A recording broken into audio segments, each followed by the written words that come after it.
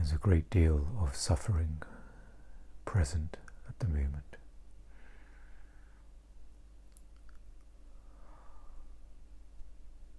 Suffering around a relationship, attachment,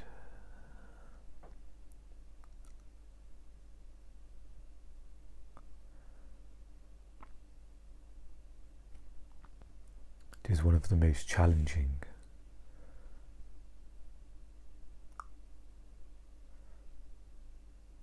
aspects of this practice, this return to our true selves. The complexity, the depth of relationships.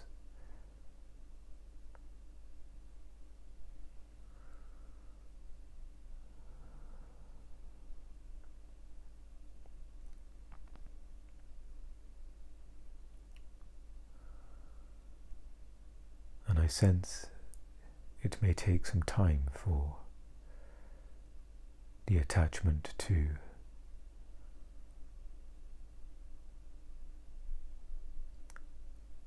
unwind and perhaps dissolve. Doesn't mean no contact, perhaps, but it means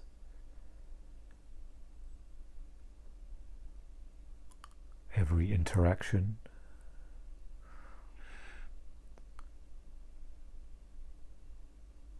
is from the space of now.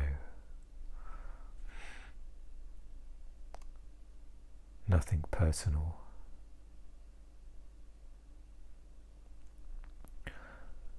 But when there is, as I sense in me, an attachment, you can almost, it's almost like a physical structure. Of course, it's a mental structure. We can imagine a big tower in the mind.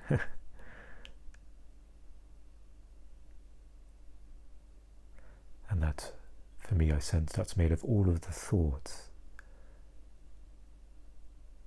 towards that person, all of the ruminations, thinking me and how I relate to that person, and all of the emotions that arise with it, the narration. It's almost as if there's been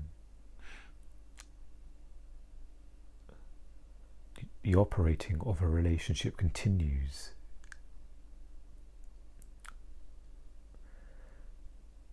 Even when you're not present with them.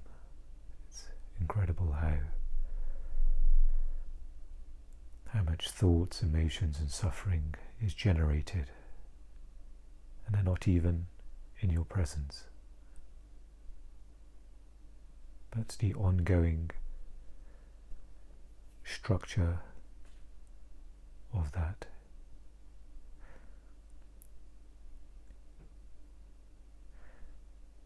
And there's always space for reflection, space to think, space to feel.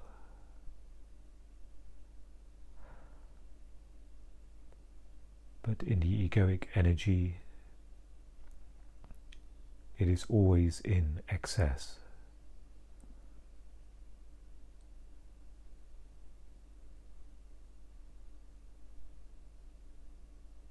And out of control, overflowing.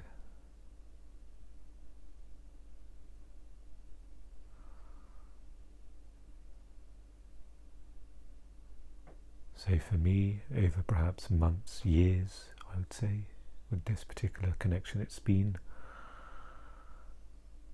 huge amount of rumination happening daily. Of course, it all stems from the illusory I, the I that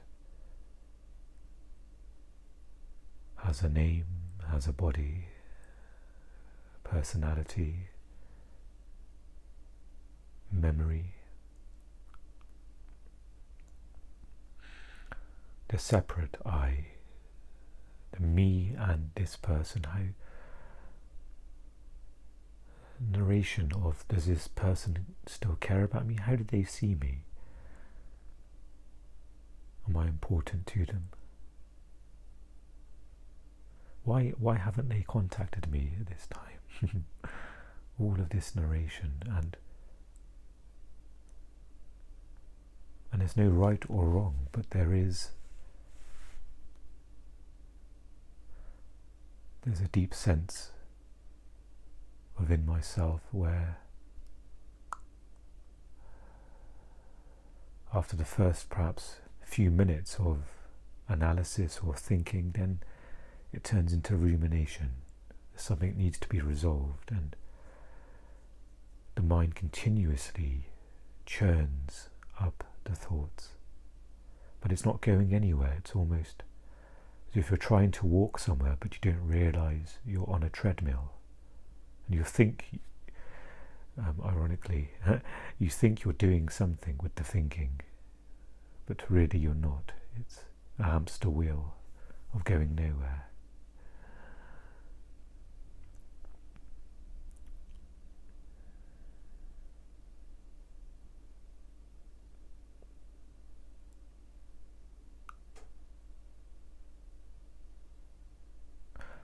Sometimes it's not clear if there's answers. The mind wants simplicity, clarity. It wants to know exactly, precisely what's happening. How do they see me, or what's going on between me and this connection? And this happens across all relationships, friendship, family, could be work colleagues. Of course, intimate relationships is the biggest sort of element in that, where we take it most personal, triggers the pain body even more.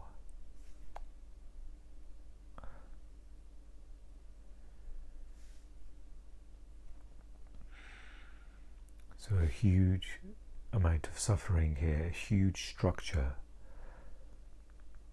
and the mind is almost trying to crack a code right now.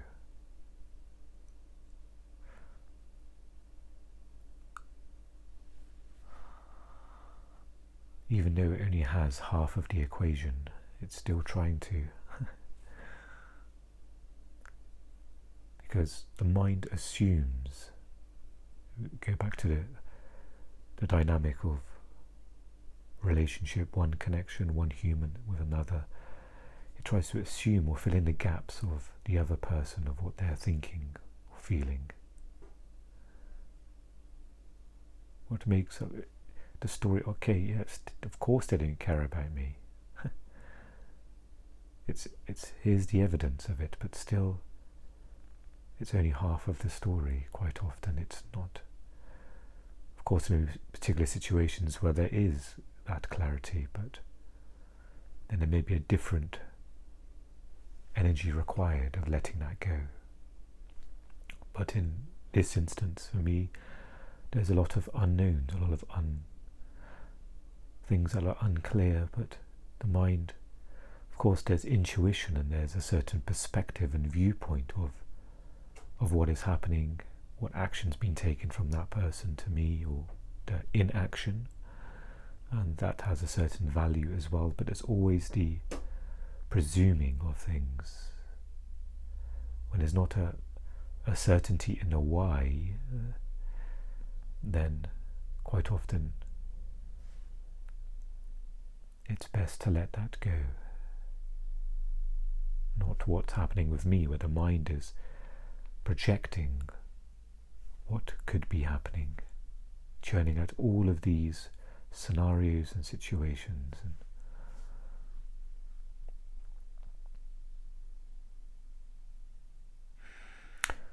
And the suffering is gotten so intense that there's no space for the mind to, thoughts are so, perhaps this is what's happening, the thoughts are so fast and moving that it doesn't feel like there's space to even see the thoughts. There's only the suffering that the thoughts create. So in this instance,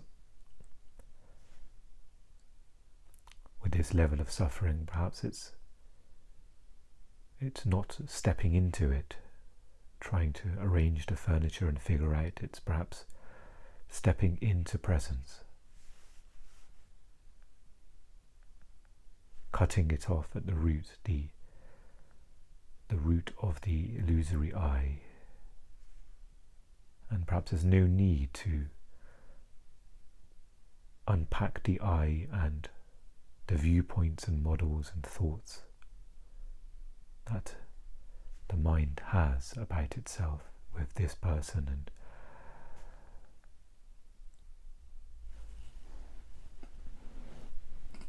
And it's more that there isn't a choice but to step into the oneness of now.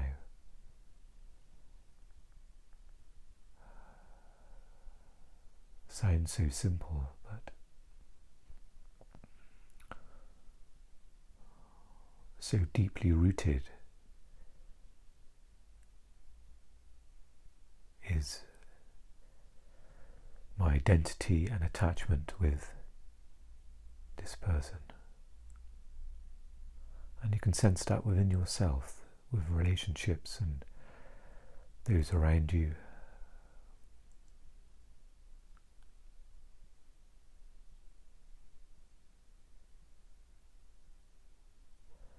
And it's now a case of catching myself, of going into the huge ocean of thinking around this person. It's now become such it's stronger than a habit. I don't know what the word is, it's not coming to me.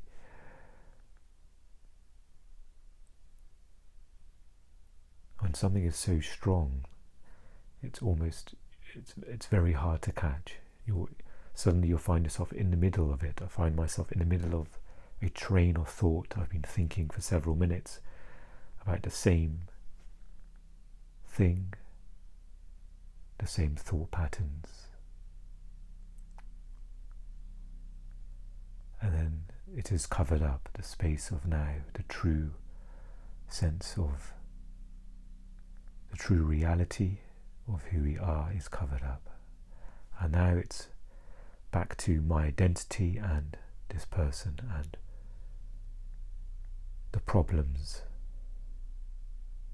painful thoughts, painful viewpoints,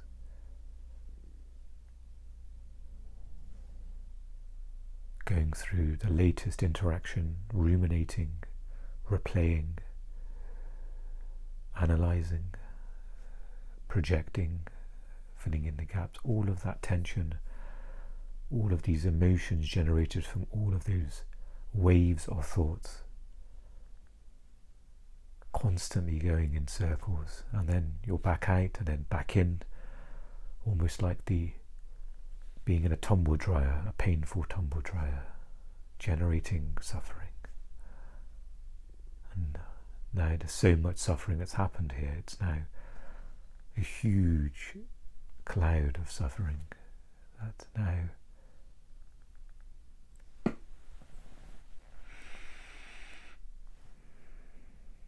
nowhere to go but within.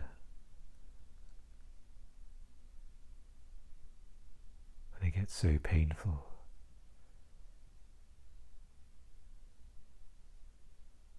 Nowhere to go but out of the mind, the flow of the mind, the sense of the illusory I.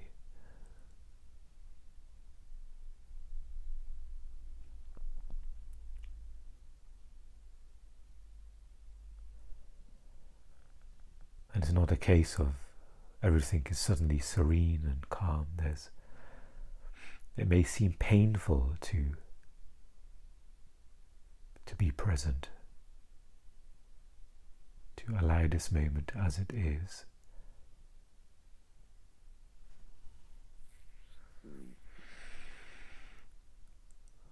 In the momentum of thoughts, attachments, the emotions running through the body, it's almost that the mind has been marinated with these thoughts and attachments, especially in this situation where there's been a concentration of analysis. Each interaction has been a reaction in the mind, and so patience is required. Compassion will aid in this.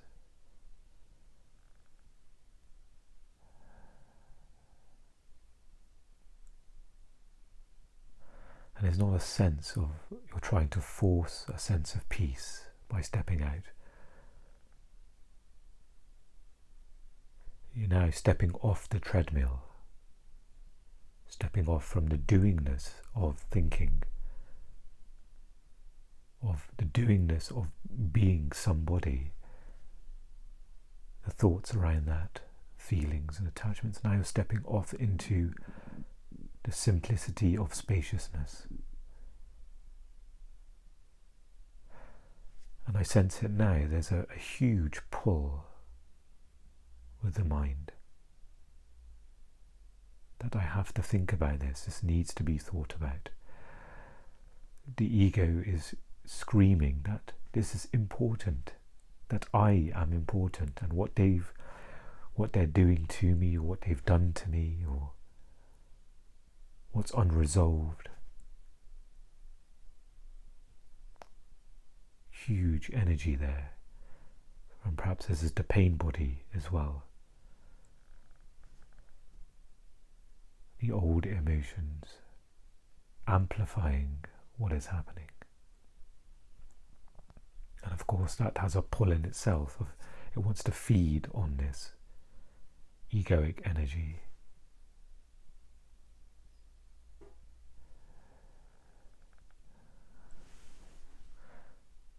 It can be quite tricky, because at times in yourself it may seem like you want to exit this egoic energy, but there may be part of you that doesn't want to as well, that perhaps only wants to exit but doesn't actually want to, if that makes sense. That if the exit happened, there may be a reaction of, oh, okay, I didn't quite want to, I like the idea of stepping into presence, and that's great, I've got that there. And while that's there, let me think about this. Let me just a little bit more time. It's almost like a child asking for 5 more minutes on playing the video console, game consoles. Just 5 more minutes. But that turns into, perhaps in some extremes, a lifetimes of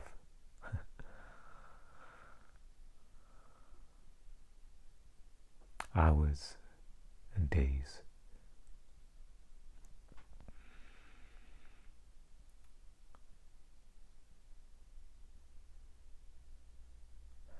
So it's a very delicate practice here now, with being in the spaciousness,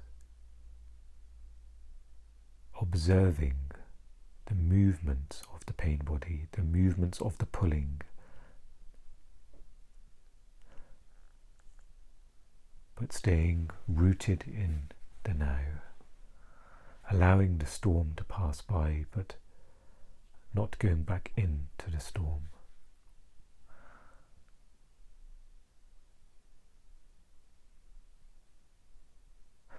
And of course the egoic energy is very, as Eckhart uses the word, cunning.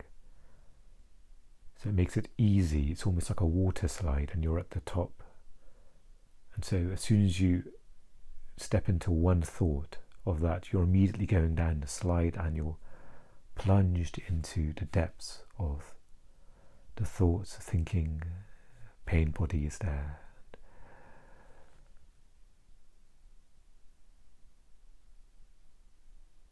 And there's a sense of loss as well, that, well, there's a sense of me and this situation. The identity is, it doesn't want to lose itself in the now. And it uses the situation to keep it alive, that this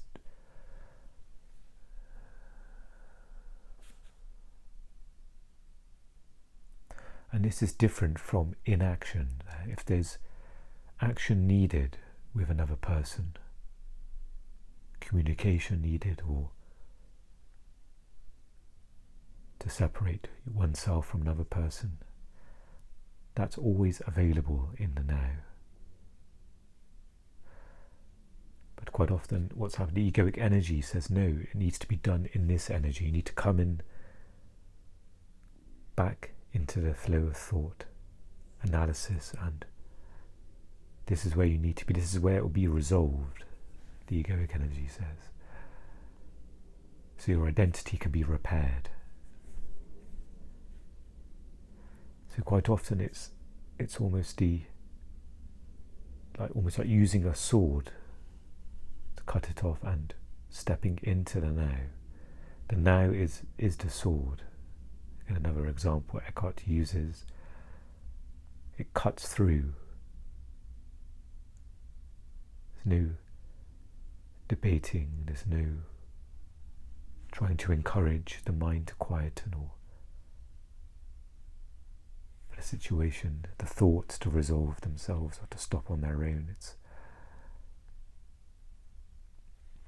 And you're no longer charging them, you're no longer generating and perpetuating this situation. The structure now is not being added to. As soon as now there's presence,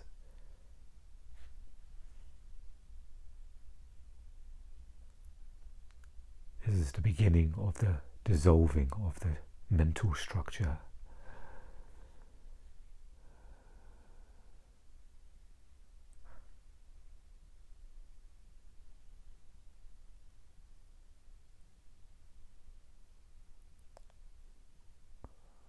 Of course, it's not as simple as just, okay, I'm going to stay in the present until this structure is dissolved. There's going to be, of course, there's complications there. For me, there's still interactions happening.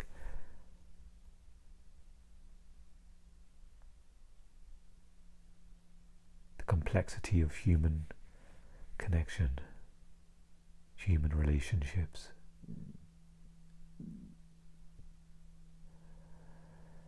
So each time perhaps there may be a trigger, another interaction may happen, it all gets triggered, and then it's my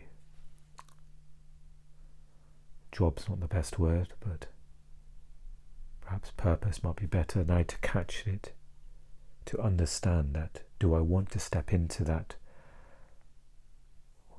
world of thinking, the me, the painful me and that suffering?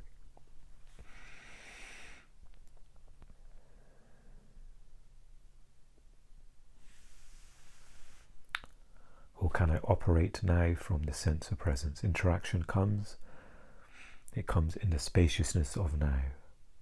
Okay, what is there a reply needed? What needs to be said?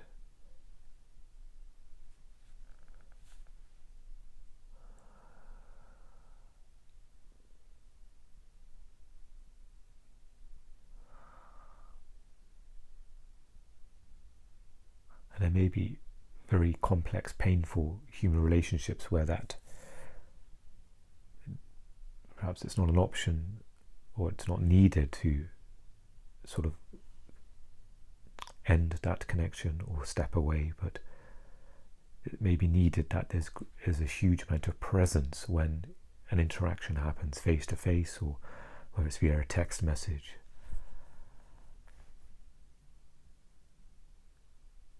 So you're not becoming unconscious in that interaction and then back into that huge mental structure of me and this person and all of the things that have happened and are happening and still happening. And then there's the analysis, the thought, the adding on to that structure.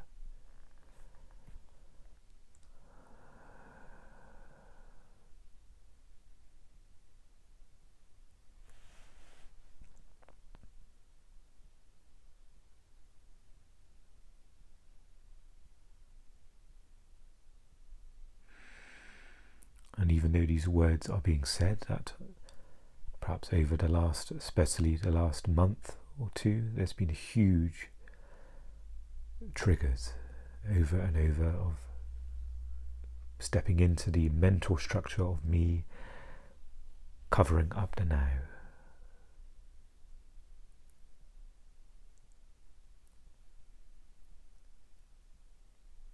And that's the work that is needed for me. And as Ram Dass says, you are almost shown of where you are not free. When something can trigger you in that way, trigger the pain body or a reaction, or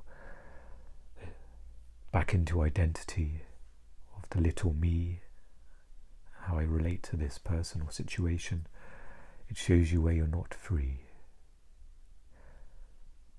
And so everything is part of this practice here, there. So for me, this connection now can be a deep spiritual practice. This is what it is.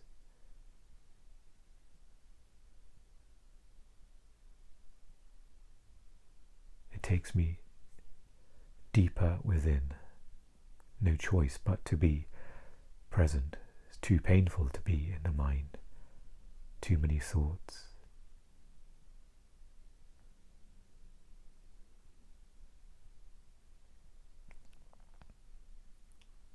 And for me, there's a sense of trusting that nothing needs to be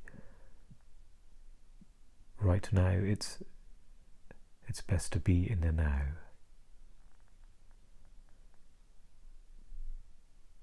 And it's from there, perhaps, that clarity may come of what needs to be done, instead of the constant code breaking of things that are not known about, and your projections, my thoughts.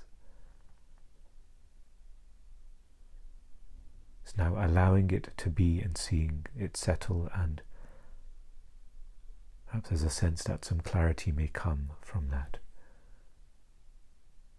And it's being taken care of.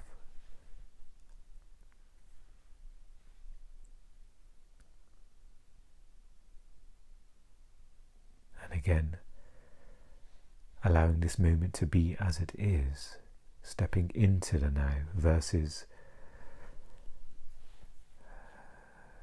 stepping into the thought patterns and structures around this connection and this situation. It's been so constant.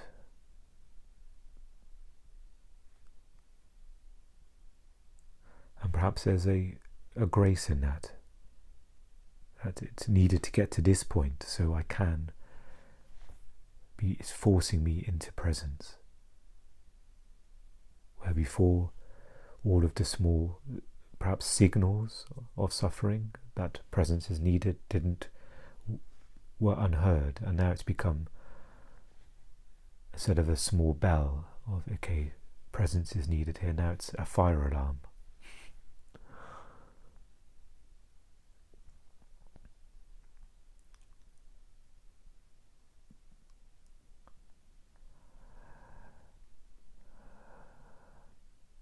And all of this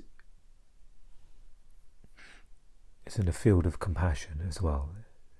You know, for me, I could say, well, I shouldn't be going through this. I should be more advanced, spiritually advanced than this. You know, I was extremely present and everything was great a few months ago, and suddenly I'm making all these amateur mistakes in the spiritual arena. All of these, how can I just get lost in these waves of thoughts? I know better than that. I'm aware of all of these pointers and I've read all of these books, yet still I'm getting caught in this and I'm losing myself. Am I going backwards in my presence? And again, you step out of that. It's another way of the mind measuring and subtly bringing you back into that sense of me and my achievements or progress, where in the simplicity and spaciousness of the present moment, it just is. There is no you of how you were previously and how you should be better. There's just this moment. And the rest is mind.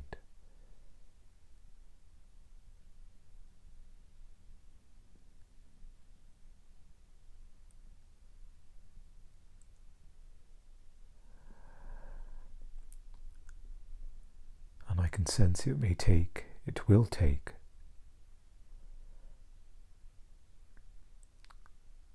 some alertness to be alert to the string that is attached to the ocean of thoughts, the huge structure. It may present itself as a very small thread, and you may think, oh, okay, let me just think that thought, step into that thought, and then immediately you've actually stepped into the doorway of the structure, the thought structure around, for me, the thought structure around this person.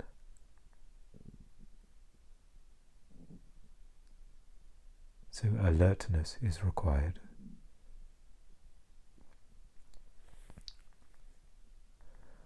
And there's a sense in me as well that there's a choice, a decision that, do I truly want to be free? And this is something Ram Dass says as well. I think he calls it phony holy. Where we may want to be free, but we don't actually want to be free. It's just, we still want to stay attached to the situation and be me, my identity, and there's this person and this situation.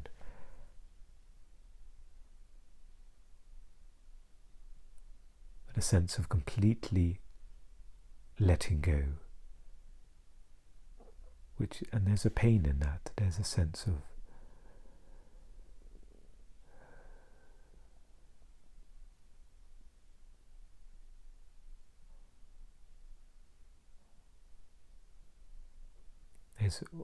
it's the pain of the ego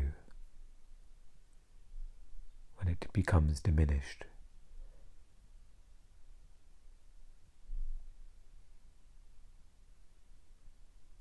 Especially when it's on a pedestal of a situation, and especially in regards to human relationships.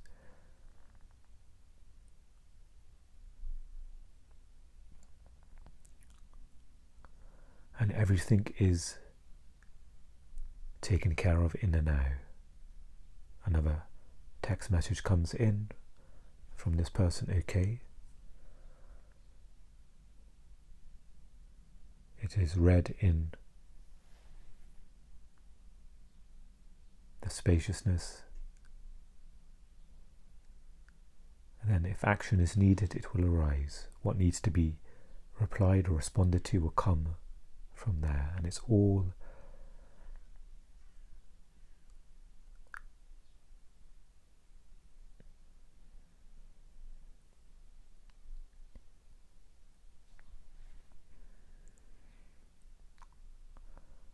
it's almost all like a ceremony. There's nothing too small that when reading the message or when having a conversation, it's not, nothing is as means to an end. Because again, the mind can enter and say, okay, let's skip over this. We don't need to be spiritual while doing this. We can do that afterwards. Let's just have this interaction, then go back to spirituality.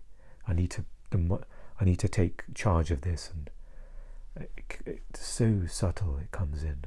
before you know it, you're back in identity and an argument is happening, or a disagreement, or a painful reaction, maybe silently within more thought structures, and then you're back in that tumble dryer of the mind. Me and this person, and all of the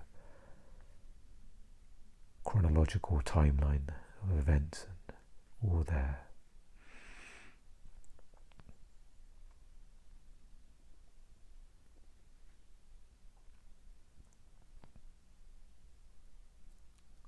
So a deep spiritual practice now.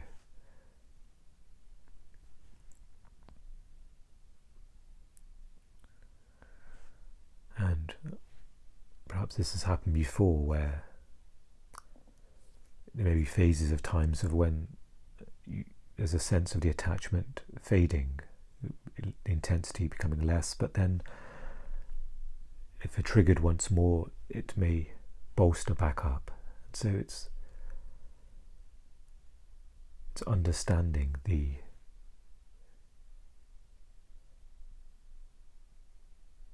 journey, how it unfolds is how it will unfold, but or speaking for myself, it's now my work is to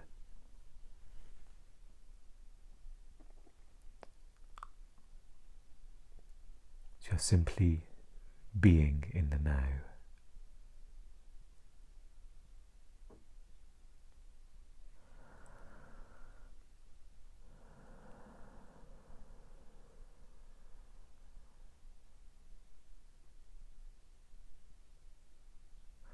And allowing the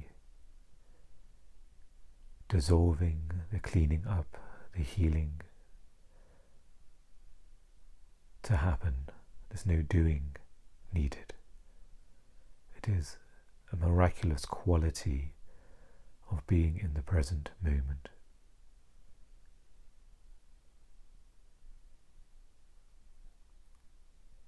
Where healing transpires, dissolving, a lovingly dissolving of things happen.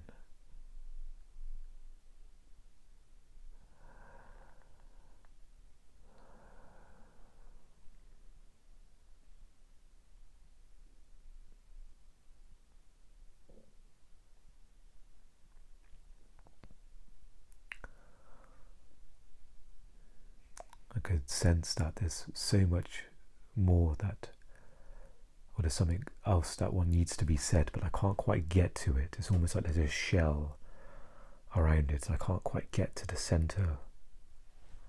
And I know this has come up for me previous times in my perhaps difficulty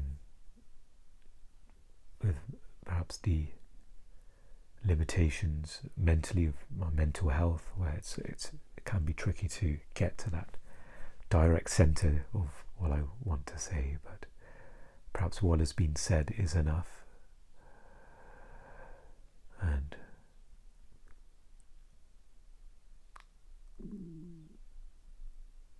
perhaps if any of this, though it's speaking about a situation happening with me right now, I find obviously with humanity it's universal. One person goes through something, many others can relate or understand.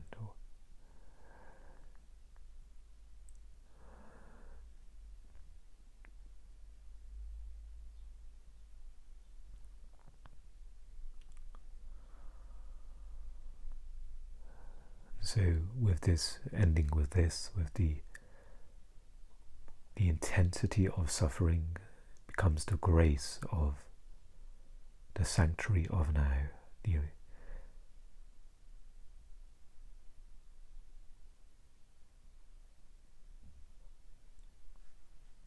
Well, at other times perhaps it's been taken for granted, or it's been, okay, I'll step into the now later, let me just think about this first. But the grace where it's forced me into the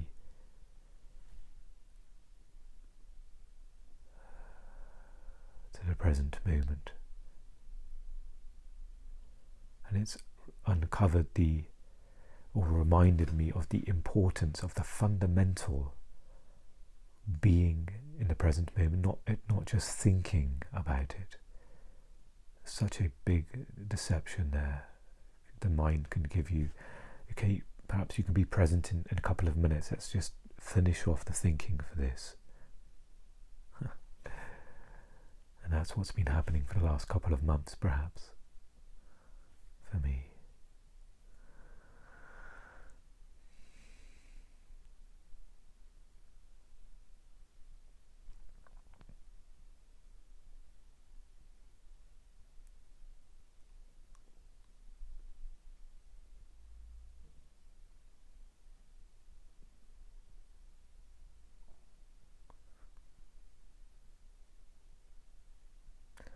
And I hope this has been conveyed here, the deep complexities of mind, and then the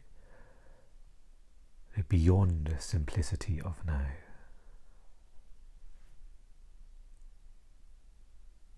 And understanding who I am, which is the space of now that everything appears, all form appears and dissolves.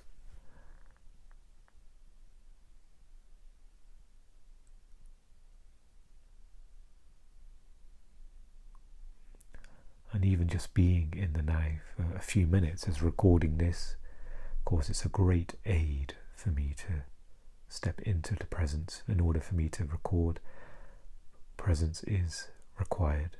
Otherwise there'll be nothing that the mind could say really about presence.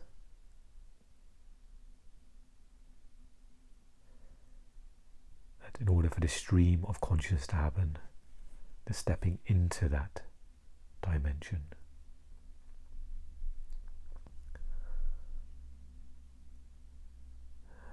You can sense the lightness compared to the heaviness of identity and the mind and a life situation, as I've explained in regards to my life situation. And you can sense the contrast of what was being carried around, the contrast of the incessant doing of the thinking, the incessant thoughts, the contrast of the energy flowing in the body, the lightness here instead of the huge heaviness of the painful emotions.